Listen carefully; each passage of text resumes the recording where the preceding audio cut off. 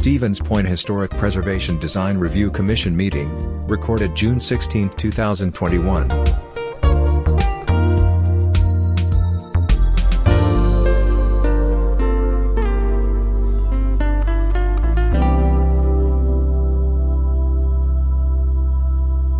Mr. Kuhn, take the roll, please.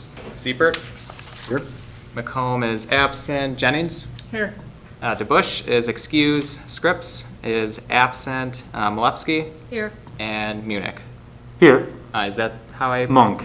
Perfect. Yep. Awesome. It's Thank like you. a show. Okay. We got a quorum. So both alternates vote today. Correct. Both alternates, Carol and Peter, do both. Okay. Item number 2, a report on the May 12th, 2021 meeting. Any questions or comments, changes? Move to approve. Okay, got a motion to approve by Commissioner Jennings. A second, please. I'll second it. Ms. Molepsky, seconds. All those in favor, aye. Aye. Opposed? Okay, then, let's move on to these discussion of amending the historic district boundaries. I think what we're going to do here is go through them as in your packet, and then toward the end, perhaps come to some sort of consensus as to which prioritize, which ones are first, second, third, whatever. So Adam, you want to start it? Sure, absolutely, Chair. So the overall goal of establishing a historic preservation plan for potentially adopting new local historic districts have been started earlier this year during our strategic goal sessions back in January and February. Last month, we discussed what the approvals would look like in terms of adopting a new or amending an existing local historic district, namely the approval of this commission, the Plan Commission, and the Common Council. So the purpose of today's meeting is to have a more in-depth discussion of the potential historic districts, go through each of them, and if possible, depending on the views of this commission, come to a consensus as to which areas to prioritize. So what I'll do is I'll give, as the chair mentioned, a brief rundown through each of these historic districts prior to opening it up to the commission for discussion. So the first historic district, and I should say too, these were all included either through past discussion over the last few months or were already designated as a potential historic district through the 2011 Historic Intensive Survey Report that was produced by the city's contracted consultant, Tim Hageland, about 10 years ago now. So like I said, the first potential historic district is the Church Street Residential District. So some of the items to keep in mind, or that I think would be worthwhile to know. So first off, what's the age of the housing stock? Generally, when were these homes built? These range from roughly the 1860s through the 1930s with, as you can see in your agenda packet and on the screen, a variety of different architectural styles. Now, this area is emblematic in terms of a development pattern as one of the first areas here in the city that began to grow outward beyond its urban core. So remember, this was the late 1800s prior to the invention of the automobile. So there was the need for, in terms of new housing construction, to have homes be close to folks' place of employment, close to recreational activities. So this would be pretty emblematic of some of the older housing stock located near the city's urban core. And lastly, so these homes were gradually built over time, as you can see, roughly 70 years, over 70 years. So what happened was these first couple of homes were built on 1 acre, 1.5 acre lots that over time, these properties were split over time to account for these new homes over the next 60, 70 years. So again, in your agenda packet on the screen just shows some pictures of some of the homes here. So the next potential historic district is the Pine Street, Plover Street Historic District, located just south of the area where we were discussing earlier. There's roughly 35 homes here located in this district with the date of construction starting in 1873, ranging through 1941. Now, the development pattern is pretty consistent with what I just discussed, with these being one of the original homes that were built outside of the urban core. One of the things to keep in mind that's unique to this area is that it has, at least how I like to view it, as some anchor homes that help set the character, the design of the broader historic region. So, and these anchor houses are the James Barr House at 1418 Wisconsin, the David McMillan House at 1924 Pine Street, which is a locally designated landmark through the city, and then the Major Edwin Heron House at 1975 Church Street. The next district is the Sunset Fork Residential District, and this is pretty different relative to the other two that I discussed for a variety of reasons. First, date of construction was post-World War II, 1953 through 1968. These lots generally are about a third to a half acre in size. The street grid system, most other areas here in the city have your traditional north-south streets, east-west streets. Here it's more of a design with nature concept. Most of these houses here are your traditional ranch styles, your neoclassical type homes with flat roof, one story, and as I said, was built as part of the World War II housing boom that came about. So again, here are some pictures showing kind of the uniqueness to this area relative to the broader, Sunset Fork, Ridge Road area. You have homes that, while fits that neoclassical form, you do see, the bottom left picture, the image on your right, more of a two-story type appeal. Then the fourth district is so these next two, I should say, do relate to the Clark Street, Main Street Historic District. And the first option would be to expand the existing Clark Street Historic District so that its boundary is consistent with what was submitted to the State and National Register of Historic Places back in 2019. So you can see the image on the top that's shown in the presentation is the existing boundary, whereas the image below, shown in red, encompasses the broader region. So it consists of 87 single-family, 2 multifamily. The first homes built roughly in about the 1860s after the Civil War, predominantly a colonial and neoclassical architecture. And the one interesting thing to point out that was mentioned in the report was the gradual shift over time, especially in the last 50 years, from more of an owner-occupied residential use in this area to a renter-occupied. As UWSP, Mid-State grew in terms of enrollment, therein lies the greater need for renter-occupied housing as well. So again, here shows some pictures of some of the unique buildings located in the broader boundary, and I believe the image on the right is a local landmark as well. Not positive, I believe so. And the last one, now this is an area that we discussed as a commission pretty extensively, I believe back in March or February, was to focused on this city block between Rogers and Division, east-west, and then Clark Street and Ellis Street, north and south. And the broader interest from this commission, dating back a few months ago, was to try to create some continuity, try to continue the line of historic homes, since you have the Clark Street Historic District to the east, the properties to the west, so Trinity Lutheran, once you're getting closer to downtown, are already within the design review district. So one option is to expand the existing local historic district as is, shift it one block to the west, encompassing those properties shown in the agenda packet. These homes generally range from about 1880s in terms of year of construction all the way through 1908, and primarily a Queen Anne architectural style, so more of a jagged, non-uniform type facade, which I think is pretty interesting. And again, some pictures shown of some of the houses within this broader target area.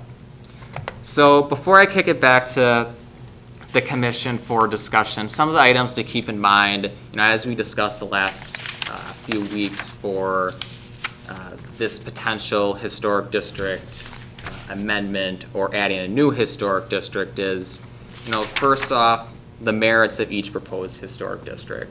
So I purposely did not include a recommendation as to which area to target, more so from the standpoint that these individual boundaries have already been vetted back in 2011 via contracted consultant, and the consultant at the time did deduce that these proposed areas do have the muster, for a lack of a better term, of certain architectural styles, the overall historic nature of these areas. Secondly, would be the historic preservation plan component. As I mentioned last month, would be the premise of the Plan Commission review should this progress further. Thirdly, the survey report that I mentioned, that is available online. So in case any of you have a lot of free time, you're more than welcome to read it. I believe it's a pretty exhaustive report, about 200 pages or so. And then lastly, historic preservation, in the sense that focusing more so on what the future holds for these given locations as well. Now, one of the threats that were addressed within this report was the gradual neglect of these properties over time. Now, I know we've had a lot of discussions in the past and will do in the future about a potential demolition by neglect ordinance, but is there a general sense that the historic nature of these properties are deteriorating or could deteriorate over time, that having it be in a local historic district would be worthy? And then secondly, one thing that was addressed in the report as well was improvements being done to a house that do not align with the design review requirements. One example could be establishing or constructing a patio in somebody's front yard, and that color of the patio does not adhere to the overall color of the house's facade. So that's just one thing to keep in mind as we have this discussion. So with that, I'll kick it over to you, Chair, and the Commission for discussion and any comments, questions that you have. Okay, just tidying up, two commissioners have come in, Ms. Scripps and Ms. Macklin, just for attendance purposes. Sure. Okay, questions, comments on any or all, or should we go through them one at a time? What is your pleasure? I just have a question about, I know that there was some vetting of at least one or two of these in the past, like maybe, I was thinking like 4 years ago, something like that. Or I know that there was like a solicitation for feedback about having these districts, and I'm kind of wondering, do we have a summary of what people who are residing in these areas thought when that vetting happened? Yeah, I believe what you're referencing would be the public engagement that happened back in 2018, 2019 for the Clark Street Historic District, submitting the nomination papers to the state and national register. I know there were several stakeholder meetings that took place. There were several notification letters that were sent to the residents describing, what it means to be as part of the state and national register, mainly for tax credit purposes, how folks could take advantage of those tax credits for conducting improvements on their house. As far as any of these districts, I'm not aware of there being any discussion in the past as far as, having a discussion amongst the commission as to, should these be a historic district. Okay. Yeah, I'm trying, I cannot for the life of me remember. I know one of these, which one? I just remember there being a conversation with one of these that had not yet been designated with neighborhood residents in that area, and so I'll have to jog my own memory about that, but thank you. Any other general questions? I guess the other general question that I have is, do people in this neighborhood know that their area is up for consideration for historic district? So right now, no, but the purpose of this meeting would be to establish a general consensus as to prioritize what area to target.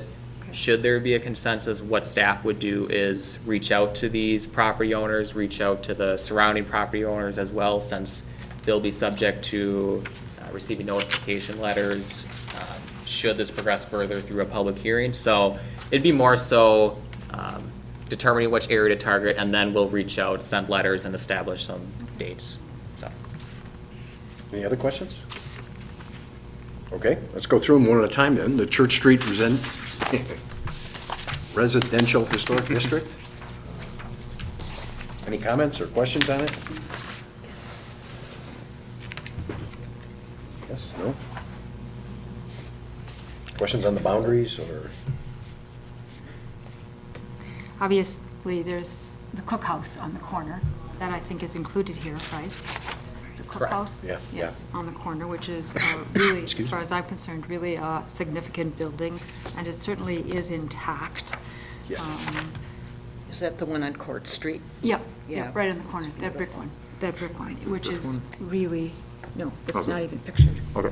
But that one is, obviously, the inside of it has been changed, but that's not what the historic district is necessarily about.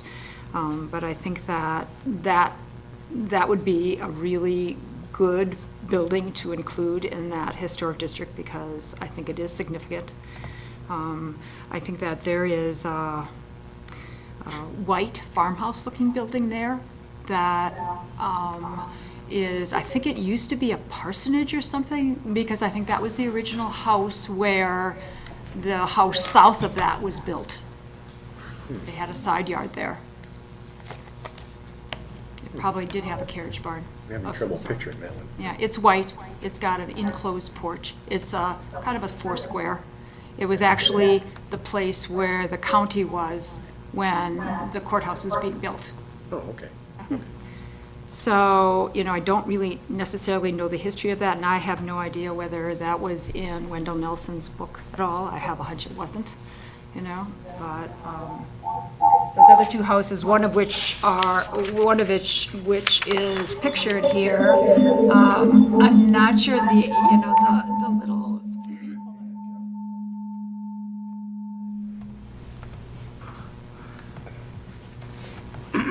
You okay to go? Want to readjust it? No, just, the settings have to be exactly like that.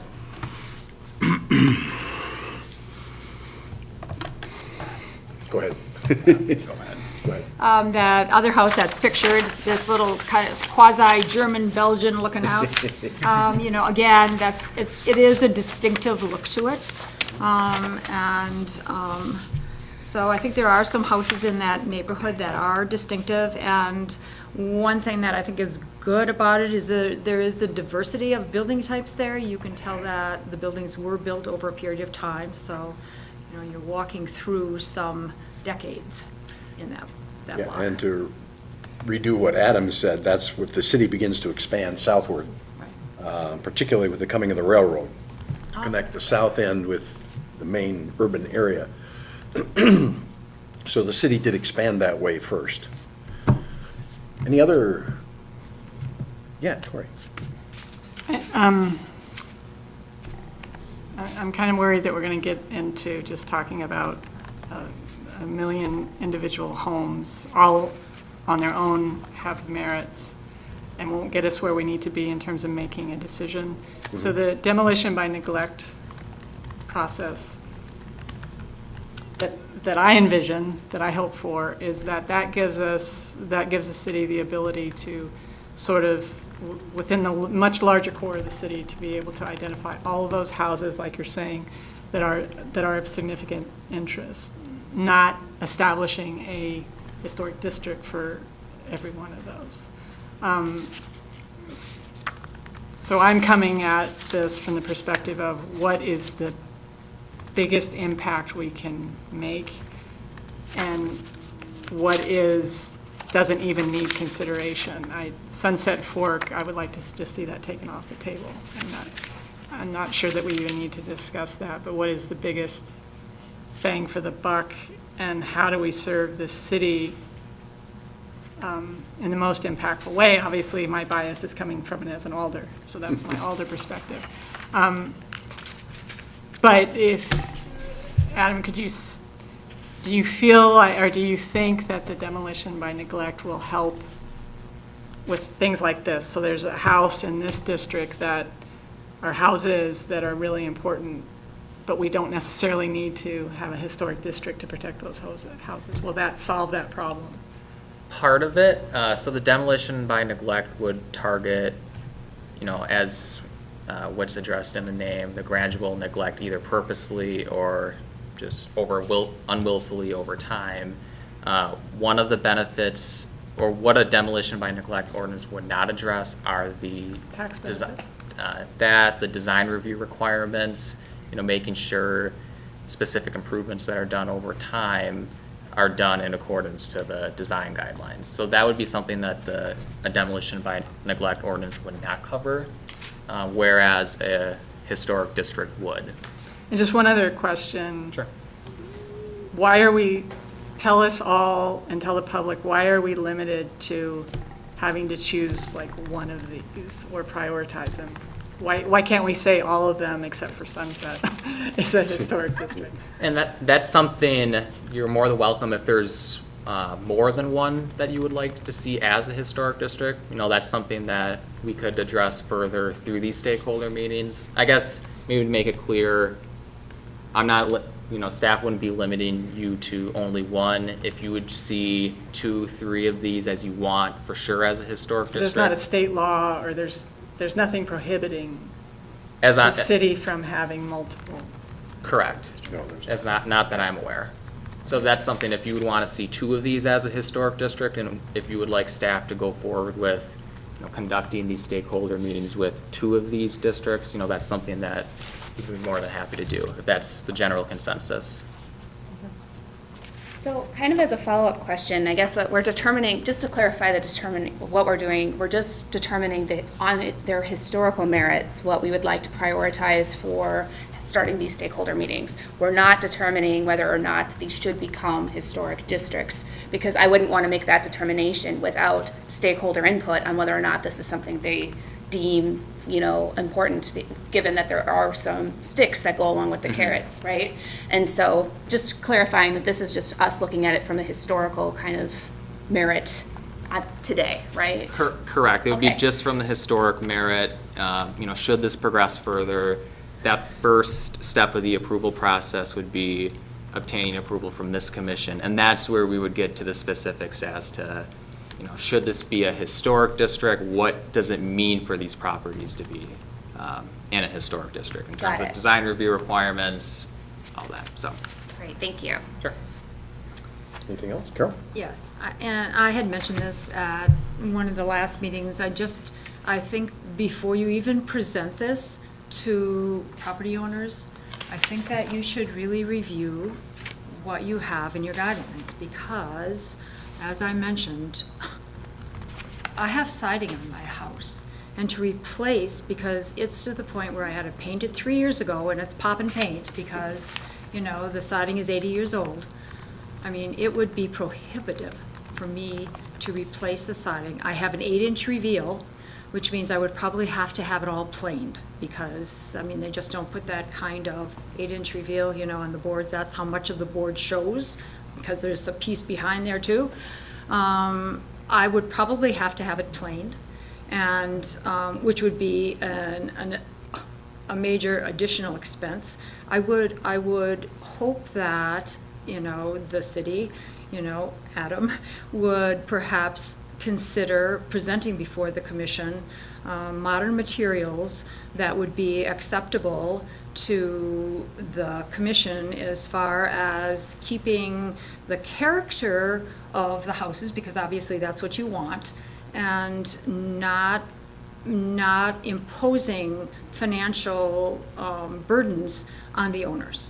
And I think particularly when you look at the one that's on Main Street, there's a lot of rentals, and they perhaps already have siding, so they're good to go. But there's other houses that aren't already in that situation that I think that some of the requirements for the historic district and for review should be reviewed. Sure, and that's something that, the commission has the ultimate control over designating which types of improvements require the full commission's approval, which Right. types of improvements require staff's approval, how it's done. I believe the last time the commission's guidelines were amended, any of you can correct me if I'm wrong, but I believe it was about 3-5 years ago with paint color. 2016. Yeah. As that's far about as, I believe, if it was part of the approved color palette, it still required the full commission's review, and that was amended to say if it was part of the approved color palette, that's something staff can review and approve. If someone would choose a color that's not on the color palette, then that would be something that goes before the full commission. Right. And, that's something that, we can look forward to down the road if that's of interest for the commission, kind of having a review of the guidelines, what requires which level of approval. And I have something to piggyback off of that. Is there some kind of like pamphlet or some sort of educational outreach on if there's something that could be potentially costly, like some kind of financial help? Because I heard tax credits possibly. Maybe. That would be for the state, and if you're part of a state historic district or Okay. designated on the federal level, if under a local historic district, that would not. Okay. We do have our facade improvement grant program, and there Okay. are, several requirements, namely in relation to these districts, is that our guidelines do not allow for improvements on residential-only Okay. properties. It has to be either mixed use or commercial located within TIF 6, but under the local historic district, there wouldn't be tax credit Okay. advantages. Okay, all right. I was just thinking like this is part of that outreach of highlighting that and creating like a package or something. Yeah, and that's something, that would be helpful. Staff could look forward to, should this progress further during these stakeholder meetings, what are the ways that we could, address to these stakeholders, what does it mean to be in a historic district? Besides the design review guidelines, obviously, as you all know, there's more than just, that's one component, that's an important component, but there's more factors at play to designating the area as a historic district. Okay. I know that we talked about during our strategic planning, having the facade improvement expand to homeowners and not just to businesses. What is the status of that, and is that a possibility to include in the informational sessions to stakeholders? Yeah, so that is something that staff has been, initially reviewing. That's something, just given the complexity, mainly our facade grant program now being eligible for lots only within the TIF 6 boundary, that's something that, community development staff would have to reach out to the treasurer's office and have those internal discussions before. But that's something that, yes, over, in the near term, that'd be something I'd be, looking forward to bring something before the commission. Great, thank you. Sure. Dory? Yeah, and I apologize for not knowing this and getting muddled, but I remember that, as I recall, the conversations back when Michael Ostrowski was director, was we were looking at a state-level approval, because that's where homeowners get tax credits, but they're not required to meet these local standards, which is where we get pushback.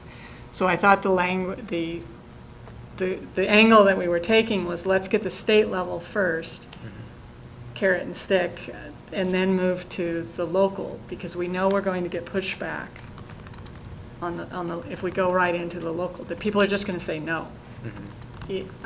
And so I'm thinking tax credits and that state level. So have I gotten myself off course in terms of where we're at now? Is it we're fully committed to a local level designation? Correct.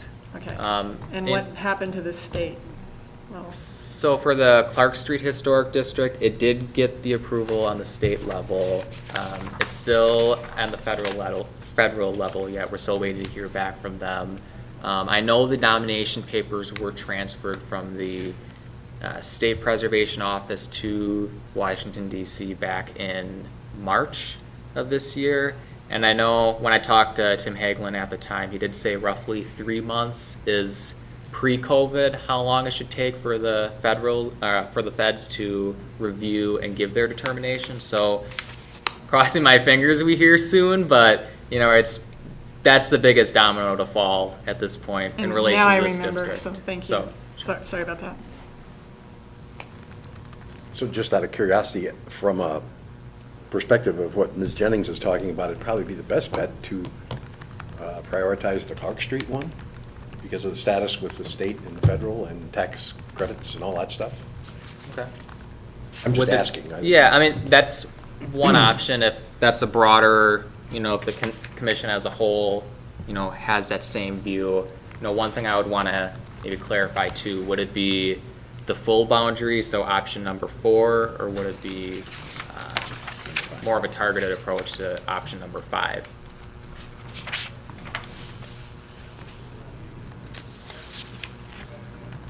What I like about 4 is, again, my bias is impact, is the significant impact of that, potentially. One of the biggest problems and let's talk about risk, because that was one of your standards, right? The biggest risk we have, I think, is losing our some of our very significant historic properties in terms of age and because there's boarding houses. And if we don't do something to intervene in that, those houses will deteriorate to the point of demolition. And in other cities, that's a goal of landlords. Let it deteriorate till you can tear it down and build an apartment.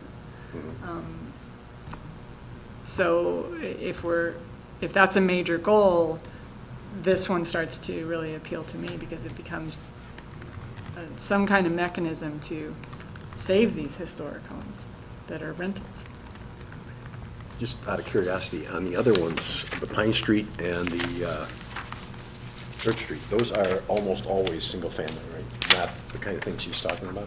Correct. So Church and Pine Street, options 1 and 2 are exclusively single-family. No. No? They're not. Okay. No, the one that's right next to the cookhouse, is, if not 2 apartments, 3. The one that's just south of it is 2 apartments. The next building is multiple apartments. I think the blue one that you noticed here, I think that is still single family, but I'm not sure, because I don't live in that neighborhood anymore. The next house is, I think, upstairs, downstairs rental. The one in the corner, I think, is single. Across the street, the corner house, I think, just went single. The next house is, it was a duplex, but I think that one just went single, but I'm not sure. The one next to it is a duplex, and the 1557, 1559 is a duplex. Then the rest of them are single family, except the one on the end is an office with an apartment upstairs. Sure, and that's something, what I meant to say was, single and 2 family in one column, multifamily, Right. 3. But yeah, so for the Church Street, the Pine Street, those are exclusively your single, your duplex use. The expanded Clark Street option, so option number 4 includes, I believe it was 87 single and 2 family, and then 2 3+ unit buildings. I think there was the one on the corner of Division and Clark, and the other one, I don't recall offhand specifically in here. There's duplexes. It's duplexes, but that's the only apartment. Yeah, as far as 3 or more units, correct. Well, going back to your question about the expanded versus just the smaller designation, I would say based on historical merit, I would argue for the more expanded as well. I just think those 2 streets really are the historical residential corridor that you think of as the historic defining, character of Stevens Point right there. And I would say having it broadly designated as such makes sense from a historical perspective, at least. From like a continuity perspective, I think you said that it kind of pushes up against that downtown historic area as well. 'Cause if it does, then there could be some continuity there as well. Correct, yeah. The area between Rogers and Division is kind of the no man's land, so to speak. Yeah. Where you have the design review district and then the Matthias Mitchell, closer you get to downtown, then Clark Street to the east. So Okay. that would be, one outcome of this. It would create that continuity, that continuous district from the public square going eastward. Because I do think that would it would kind of simplify it, possibly, instead of piecemealing it so that's just, I think one question I would have from a staff perspective is if option number 4 is the preferred route, if staff should go forward with planning the stakeholder meetings, you know, now as in these would happen, I'd suspect probably more so in the fall, or should we wait to hear from the federal level as far as, you know, is this area designated on the national level, and then proceed forward depending on their outcome, their determination. Well, first, I think we have to decide if that's the one we want to prioritize. Correct. If that is the case, then next question is, do we wait for the feds or plunge ahead? Correct. I don't know, any comments? What would be the advantages of waiting for the federal designation or the federal decision? Taxes, right? Correct. The main thing would be taxes, and we'd be stemming more from what Alder Jennings mentioned, you know, having those approvals in place, getting approval from the state and the federal level, then at the last step, getting approval from this local level. So would we be, in essence, saying if we enlarge this district, you too might get tax credits? I mean, I see how that would affect the people in the smaller area under consideration by the feds, but I don't understand how that would affect the areas we would add to that district at a local level. Sure. So one option or one outcome could be is that if these if these buildings would be subject to tax credits on the state and federal level, if there's a certain type of improvement that they'd be looking at doing, I understand would. But that would just be for the ones approved by the state and the feds. But we're talking about a district that's larger than that. So outside the district where people would get tax credits, what would be the implications for those property owners? As far as being in a local historic district? Yeah. Or Yeah. the biggest thing would be the design review requirements that this Okay. commission would Okay. regulate and staff. And I mean, and I guess that's why I'm trying to be clear, like, we're looking at historical merit today, right? And then deciding whether or not we should actually proceed with it being a historical district is not a decision I think many of us would want to make until we get that stakeholder feedback, because we want to know, Right. engage the interests of the folks who would be affected by that decision. So, yeah. So for me, I would say that based on historical merit, I prefer number 4. But I would, of course, want feedback from the people living there before making a decision about that. But do we wait for the feds to decide, or? Well, I think that Mary brings up, or I'm sorry, that my fellow Yeah. member brings up a good point about, you know, that it doesn't affect everybody. I don't know, I think it makes more sense to roll out the stakeholder feedback all at once for all of the areas. I don't know, as opposed to waiting for this particular one until we have the federal designation. That's just my opinion. I don't have a strong opinion one way or the other.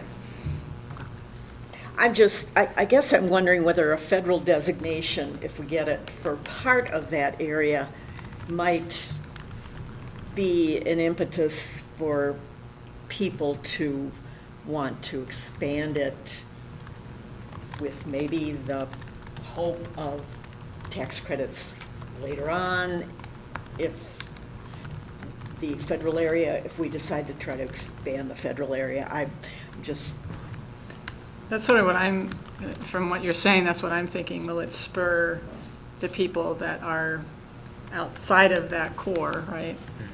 To go, look, they're getting tax credits and I'm not. Is there any reason that city will not be able to do another submission for the federal level if the bigger one is accepted, if number 4 is accepted? On the local level, if number 4 is accepted, or? If number 4 is accepted, there's a strip in here that will receive the federal designation. So they would receive tax credits, but those outside of that will not be receiving those tax credits, but they will be beholden to the guidelines. Yeah, maybe just to clarify, the boundary that was submitted to the state and the federal level was the area shown in red here, so not just the existing local historic district.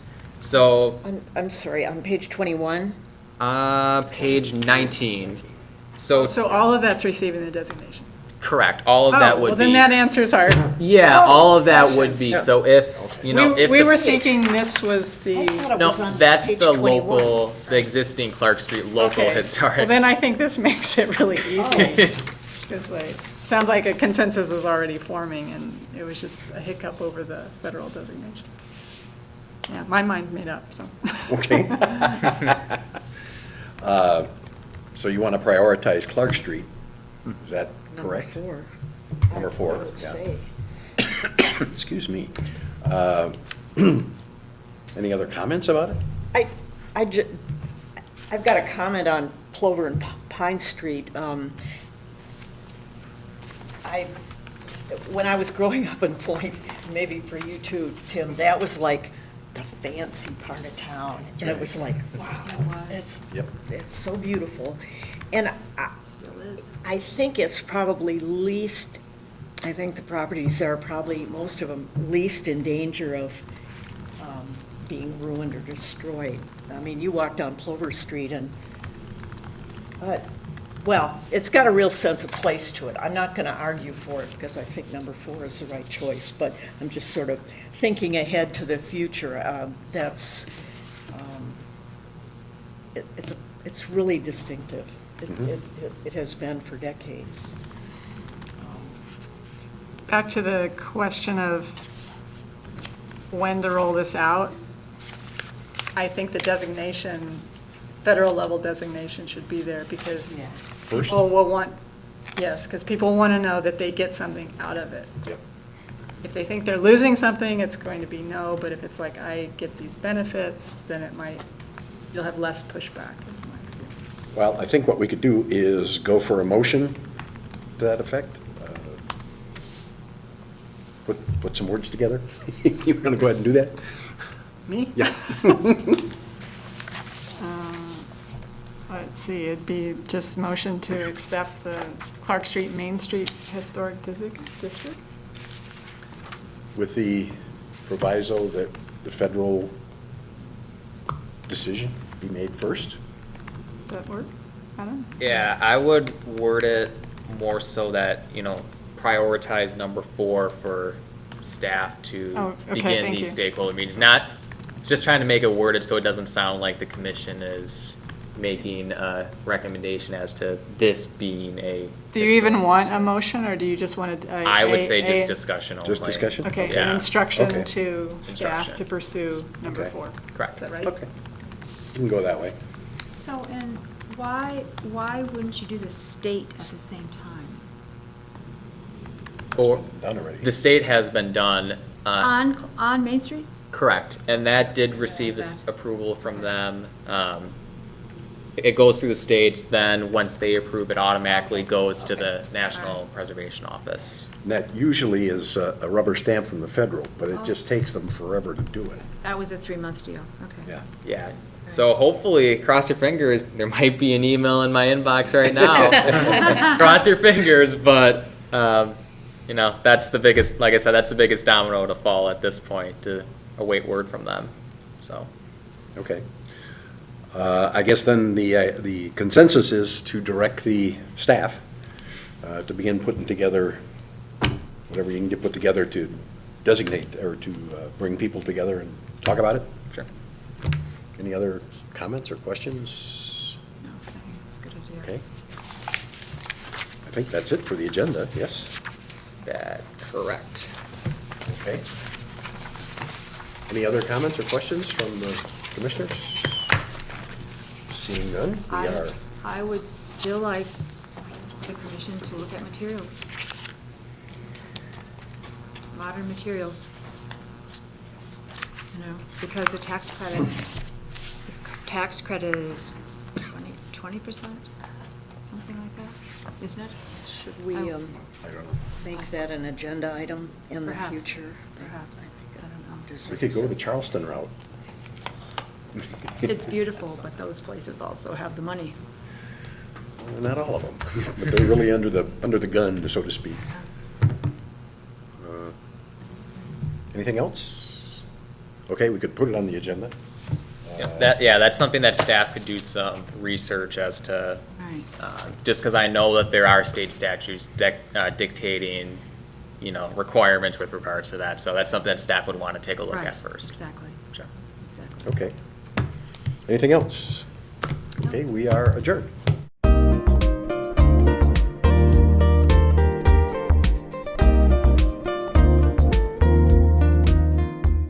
A video of this meeting is available for viewing on the city's website, stevenspoint.com/videos.